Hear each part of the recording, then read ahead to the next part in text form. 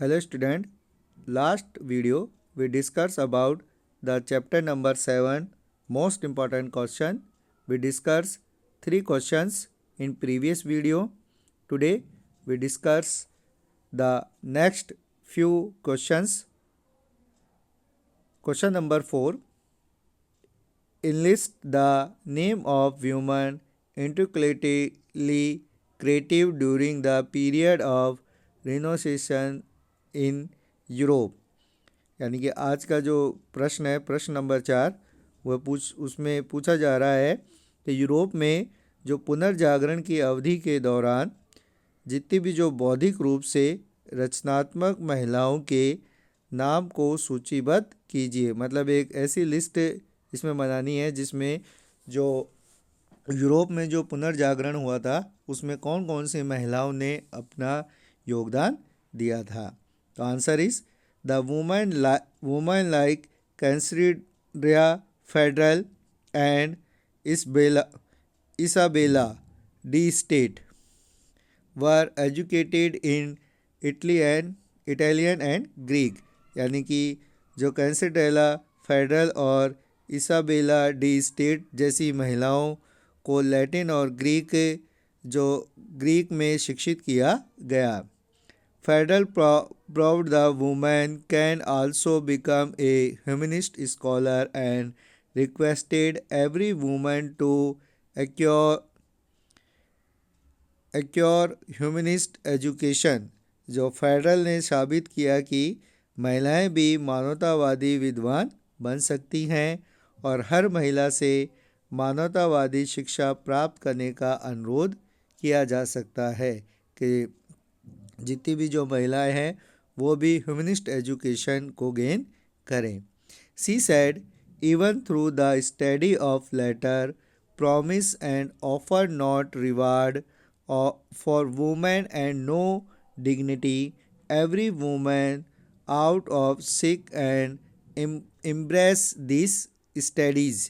उन्होंने कहा कि भले ही अक्षर का अध्ययन वाद करती हैं और महिलाओं के लिए कोई प्रतिफल नहीं देता और कोई गरिमा नहीं है, हर महिला को इन अध्ययनों की तलाश और गले लगाना चाहिए। मतलब जो वुमेन्स हैं यानी कि जो महिलाएं हैं उन्हें पढ़ना चाहिए और आगे जाके उन्हें जो ये अपनी जो एजुकेशन है उसे अपनी जो सोशल लाइफ है उसमें उतारना चाहिए। हर writing brought into force the general regard for education in the age। यानी कि हर महिला को उनके लेखन से उस युग में शिक्षा के लिए सामान्य संबंधों को ध्यान में रखना चाहिए। Another lady Isabella D state rules in state while her husband was absent and the court of Martha was formed from the interculate Baliensians। यानी कि जो एक अन्य महिला थी इसाबेला डी स्टेट ने राज्य पर शासन किया जबकि उनके पति अनुपस्थित थे। मतलब जब उनके जो पति थे, हस्बैंड थे, वो उपस्थित नहीं थे तो उन्होंने राज्य पर शासन किया था और मटुआ की अदालत को अपने बौद्धिक प्रतिभा के लिए प्रसिद्ध कर दिया था कि किस तरीके से उनकी जो इंटेलिजेंसी थी उससे उन्होंने जो राज दरबार था उसमें किस तरीके से उसका उपयोग किया। Women writing revolve their convention and they should have economic power property and education and achieve and identity in the male dominate world.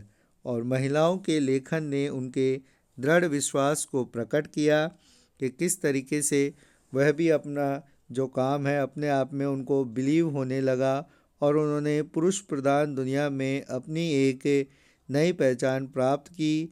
वहीं पर ही उन्होंने इकोनॉमिक पावर यानी कि आर्थिक शक्ति, प्रॉपर्टी, संपत्ति और शिक्षित यानी कि जो एजुकेशन है उसको किस तरीके से अचीव किया जाए और अपनी आइडेंटिटी जो मेल डोमिनेट वर्ल्ड है यानी कि जहाँ पे मनुष्य यानी कि जो मेल होते हैं पुरुष प्रधान जो विश्व था उसमें किस तरीके से जो वुमेन्स हैं उसने अपनी आइडेंटिटी बनाना प्रारंभ किया। Question number 5 is why did the movement break out against the Catholic church, यानी कि जो कैथोलिक चर्च है उसके खिलाफ आंदोलन क्यों टूट गया। तो answer is the movement break out against the Catholic church due to the following reasons. कुछ ऐसे जो कारण हैं, निम्न कारण हैं जिनके कारण जो कैथोलिक चर्च के अगेंस्ट जो मूवमेंट चलाया गया था, जो आंदोलन चलाया गया था, वो ब्रेक डाउन हो गया।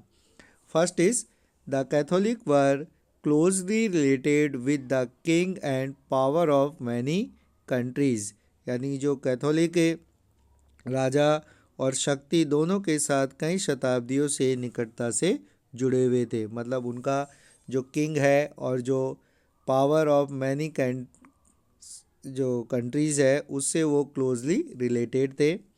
The performed A life full of luxuries, वह विलासता से भरे जीवन को पसंद करते थे। लग्जरीज को वो डेवलप मतलब परफॉर्म करते थे। Their life was completely different from common man, उनका जीवन आम आदमियों से बिल्कुल ही अलग था, बहुत ही डिफरेंट था। The Catholic were regarded more as the representative for king than God as the head of power of extending taxes, यानी कि जो कैथोलिक के जो लोग थे वो भगवान की तुलना में राजा के प्रतिनिधित्व में अधिक माना जाता था, क्योंकि उनके पास करों को निकालने की शक्ति थी। मतलब वो जो टैक्सेस थे वो किस तरीके से वो डेवलप करते हैं, ये जो सारी पावर्स है वो कैथोलिक के पास थी। Because of such power they become unscrupulousness which finally lead to revolt by common man, ऐसी शक्तियों के कारण वह बेईमान हो गए जिसके कारण अंततः आम आदमी को विद्रोह करना पड़ा। तो जो कैथोलिक थे वो लग्जरियस लाइफ है उसको पसंद करते थे, वो उनकी जो लाइफ थी वो कम्प्लीटली डिफरेंट थी कॉमन मैन से, और जो टैक्सेस के जो पावर्स थे वो कैथोलिक के पास थे, और उन्होंने अपनी जो ये पावर्स था उसका मिसयूज़ करना चालू किया, जिसके साथ ही जो कॉमन मैन थे यानी कि जो हम आम आदमी थे उनको रिवॉल्ट यानी कि उनका विद्रोह करना पड़ा। तो ये कुछ कारण थे जिसके कारण जो कैथोलिक है उसका रिवॉल्ट यानी कि उनके खिलाफ विद्रोह प्रारंभ हुआ।